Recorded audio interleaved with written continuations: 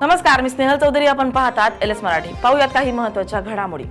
राष्ट्रवादीचे प्रवक्ते विकास लवांडेंच्या जामीन अर्जावर आज सुनावणी होण्याची शक्यता. सुनावणी झाल्यास लवांडे यांना जामीन मिळणार का याकडे लक्ष. 3 दिवसांपासून विकास लवांडे येरवडा कारागृहात. बुधवार अशोक खरात प्रकरणात ईडीची मोठी कारवाई. मनी लॉन्ड्रिंग प्रकरणात अशोक खरातला पुन्हा कोर्टात हजर केलं जाणार. पुणे विमानतळावर परदेशातून येणाऱ्या प्रवाशांची होणार तपासणी. प्रवाशांची इबोला चाचणी केली जाणार असल्याची माहिती. आतापर्यंतच्या तपासणीत इबोलाचा रुग्ण आढळला नसल्याची माहिती.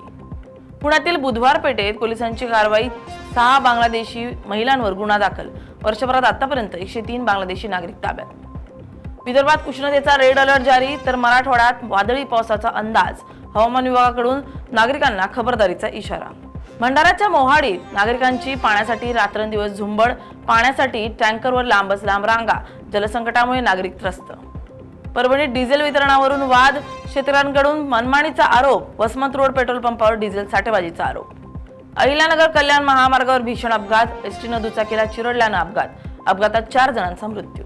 छत्रपती संभाजीनगरच्या बाबुळगाव गोदावरी नदीपात्रात वाळू माफिया आणि शेतकऱ्यांमध्ये राडा. वाळू माफियांनी शेतकऱ्याला गंभीर मारहाण करून अपहरण केल्याचा आरोप.